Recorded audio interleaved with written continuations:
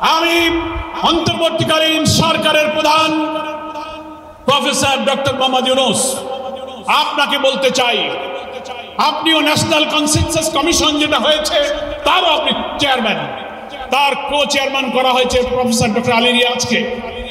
আর নির্বাচন কমিশনের প্রধানকে আমি বলতে চাই, আজকের এই সমাবেশ থেকে, এই জনসমুদ্র থেকে এই বার্তা যদি আপনারা বুঝতে ভুল করেন, পিয়ার পদ্ধতি ছাড়া নির্বাচন বাংলার মানুষ গ্রহণ করবে না।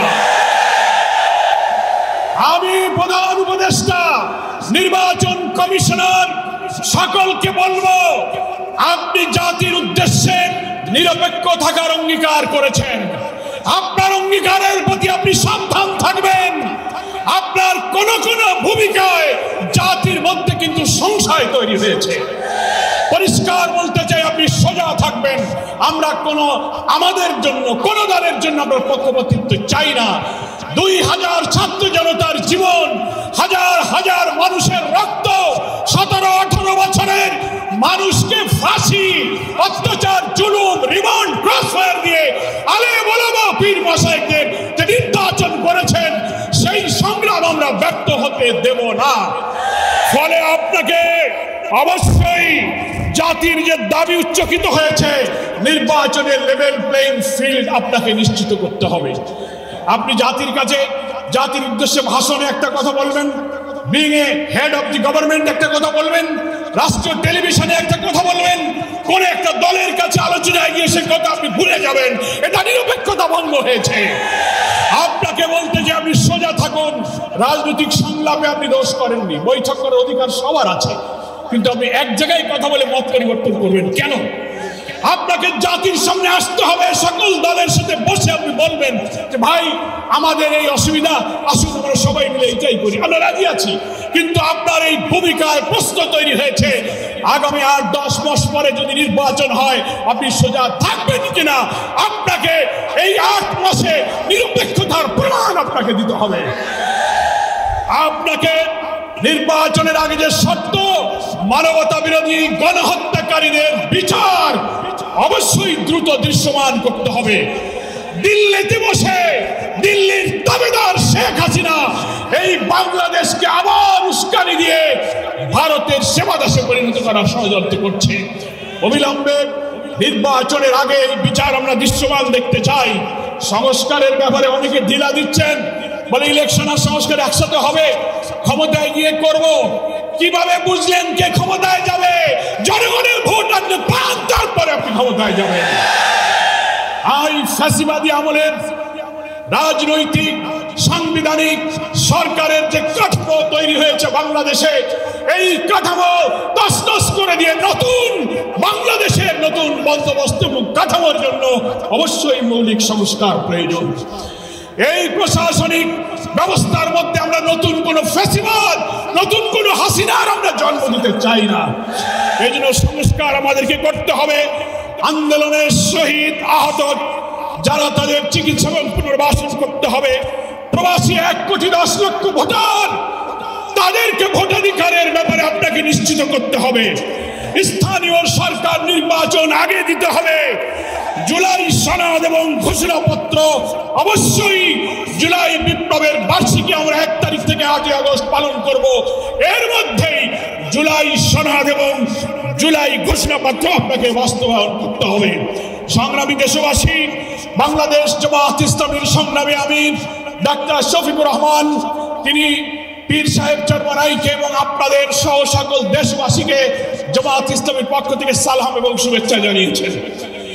তিনি জাতীয় ঐক্যের জন্য যে ঐতিহাসিক ভূমিকা রেখে চলেছেন, আমি মনে করি চরমনাইয়ের পীর সাহেব সেই চেষ্টার ক্ষেত্রে একটি গুরুত্বপূর্ণ ঐতিহাসিক উদারতা, অবদান, মহব্বত রেখে ইতিহাসের একটি স্রষ্টা হয়ে তিনি থাকলেন।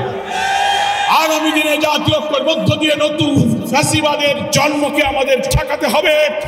আমরা এই ঐক্যের পেছনে চরমনাইয়ের পীর সাহেবের যে উদারতা, যে আন্তরিকতা, যে মহব্বত, তার মাধ্যমে তিনি যে গুরুত্বপূর্ণ ভূমিকা পালন করেছেন, আমরা দেখতে পাচ্ছি ইতিমধ্যেই বাংলাদেশের গ্রামে গঞ্জে, শহরে, নগরে, বন্দরে ওলামায়ে কেরাম, মুসলিম উম্মাহর নেতৃত্বদানকারী জনগণের এই ঐক্যের পরিবেশ দেখে আজকে এক মঞ্চে দেখে গ্রামে গ্রামে ঐক্যের জোয়ার শুরু হয়েছে।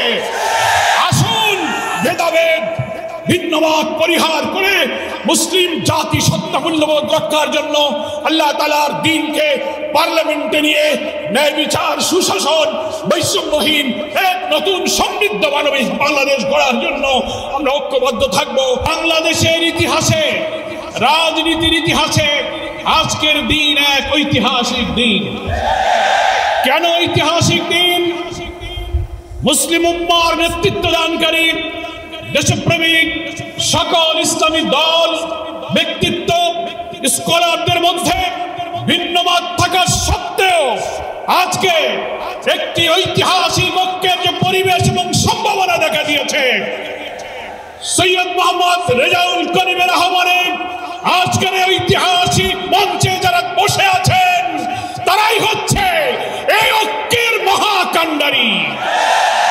সংগ্রামী ভাইরা আমার, আজকে নেতৃবৃন্দের উপস্থিতি এবং পীর সাহেবের সংগ্রামী ভূমিকায় তিনি আজকে নতুন ইতিহাসের স্রষ্টা হয়ে ইতিহাসে তার নাম স্বর্ণাক্ষরে লেখা থাকবে। সংগ্রামী দেশবাসী ভাইরা, সকলকে ধন্যবাদ। বাংলাদেশ জিন্দাবাদ। ওয়া তৌফিক ইল্লা বিল্লাহ।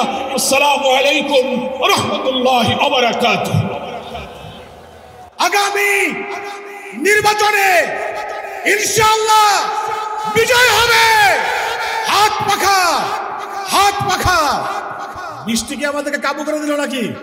সংগ্রামী বন্ধুগণ, এ পর্যায়ে আপনাদের সামনে মূল্যবান বক্তব্য রাখবেন ইসলামী আন্দোলন বাংলাদেশের সংগ্রামী সিনিয়র প্রেসিডিয়াম সদস্য পীর সাহেব চরমনাই রহমাতুল্লাহ আলাইহির সুযোগ্য মেজর সাহেবজাদা আলহাজ হযরত মাওলানা সৈয়দ মুসাদ্দেক বিল্লাহ আল মাদানী।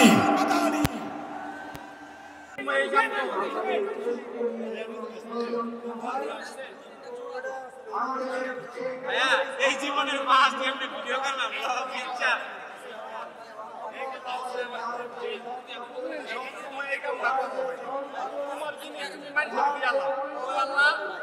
তুমি নিজে